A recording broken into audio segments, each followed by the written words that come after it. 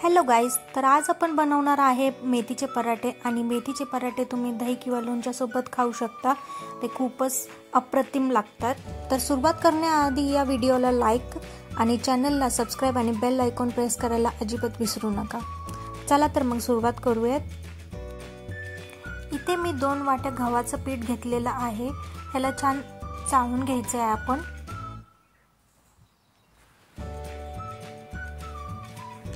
पीठ चाळल्यानंतर आपण याच्यामध्ये अर्धी वाटी बेसन पीठ घालणार आहोत।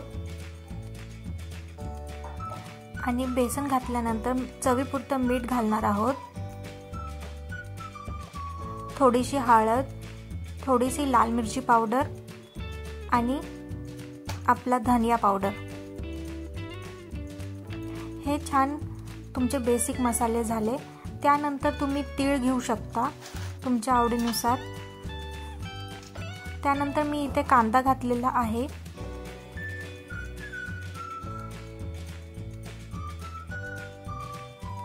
आणि इथे मी मेथी बारीक चिरून घेतलेली आहे। थोडीशी मेथी तुम्ही बारीक चिरून यामध्ये घाला। आणि बारीक चिरून घेतलेली कोथिंबीर सुद्धा मी ह्यामध्ये घालणार आहे।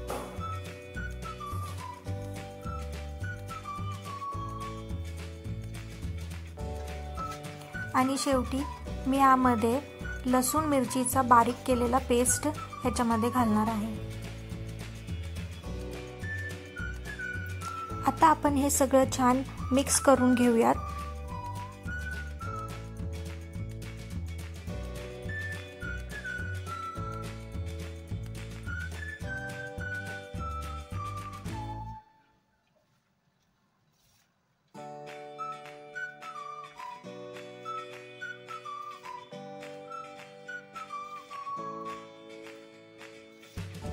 इथे आपण छान ह्याला मिक्स करून ह्याची कणिक मळून घेणार आहोत।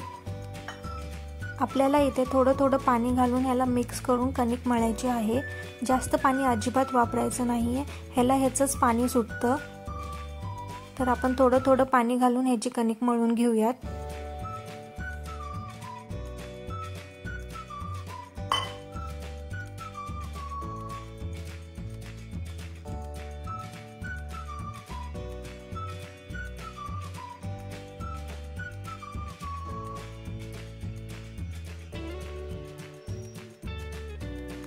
तर बघू शकता इथं मी छान कणिक मळून घेतलेली आहे।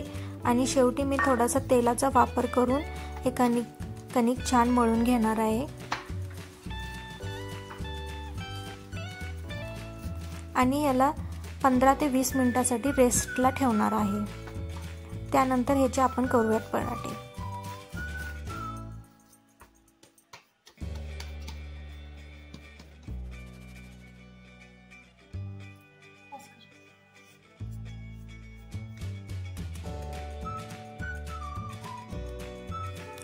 वीस मिनिटं झालेली आहेत आणि मी आता हे जे पराठे करणार आहे त्यासाठी मी छोटासा गोळा घेतलेला आहे।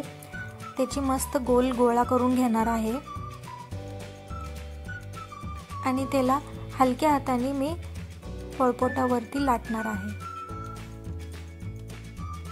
हे बघा, अशा प्रकारे तुम्ही हलक्या हाताने एकदम याला लाटून घ्या।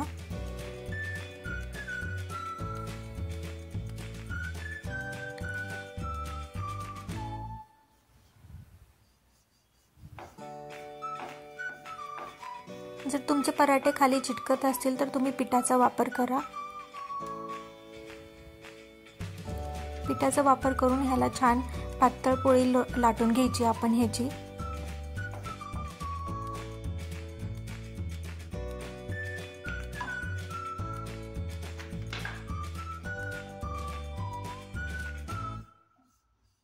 तर बघू शकता इथं मी मस्त पराठा लाटून घेतलेला आहे।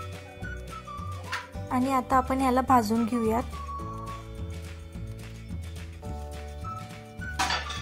याला फुल गॅसवरती भाजूयात आपण।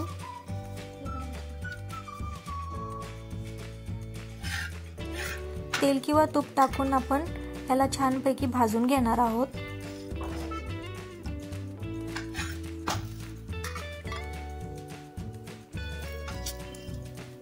दोन्ही साइडने छान खरपूस होईपर्यंत आपण ह्याला भाजूयात।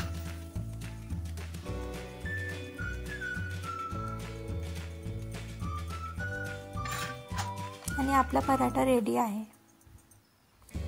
पराठा आवडला असल्यास चॅनलला सबस्क्राईब करा आणि या व्हिडिओला लाईक करा आणि असंच आम्हाला सपोर्ट करत राहा। भेटूयात पुढच्या व्लॉगमध्ये नवीन रेसिपी सोबत। धन्यवाद।